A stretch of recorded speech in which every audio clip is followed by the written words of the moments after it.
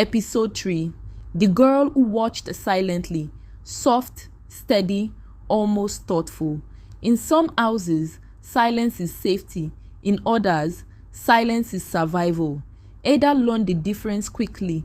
Weeks passed in Uncle Ben's house. Her body adjusted to pain, hunger, and long days. But her eyes stayed awake. She noticed everything. The way Mrs. Rose's smile changed when Uncle Ben was around. The way Lara pretended not to see her, except when she wanted to humiliate her. One afternoon, Ada served tea in the living room. Uncle Ben sat comfortably, laughing with visitors. Mrs. Rose nodded proudly beside him. Lara scrolled through her phone. "Ada," Uncle Ben said suddenly. "Stand there." She froze. "Yes, sir." He turned to his guests. "This girl is my late sister's daughter. Very stubborn, very useless." Chuckles. "But she is lucky I took her in." The room filled with light laughter. Ada stood still. Her hands trembled, but her face remained calm. Inside her chest, something cracked, then hardened. Later that night, Lara found Ada washing plates. "Why do you always look like that?" Lara asked casually. "Like what?" Ada replied softly. "Like you're watching everyone." Pause. "Do you think you'll ever be like us?" Ada lowered her eyes. "I don't think about such things." Lara smiled satisfied. "Good, because dreams die fast in this house." When Lara left, Ada whispered to herself, barely audible, "Not mine." That same week, something unexpected happened. Uncle Ben's company accounts went missing. The house exploded. "Who touched my files?" Uncle Ben shouted, throwing papers across the room.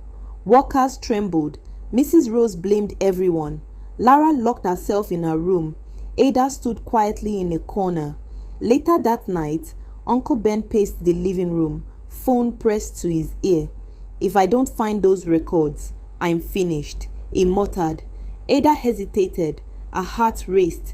She remembered the study, the books, the way the files were arranged, the small detail Uncle Ben always missed. She stepped forward. "Sir," gentle, unsure. Everyone turned. Uncle Ben stared at her. "What do you want?" "I saw the files," she said carefully. "They were moved, not stolen." Silence. Mrs. Rose scoffed. "What does a house girl know about files?" Ada swallowed hard. "They were placed inside the old brown folder, behind the shelf. You put them there last month." Uncle Ben rushed to the study. Minutes later he returned, holding the files. The house went quiet. He stared at Ada, confused. "How did you know?" Ada bowed her head. "I clean the study every day." For the first time, Uncle Ben looked at her differently. That night, Ada was given food without begging. It was a small thing, but it felt like victory. In her room, on the floor, Ada held her stomach and smiled faintly. Soft, emotional whisper. "Mama, maybe I can still become something."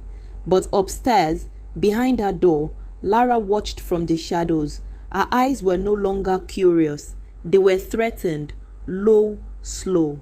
Because when the quiet girl begins to shine, someone always wants to put out the light, and in this house, Mercy was still far away.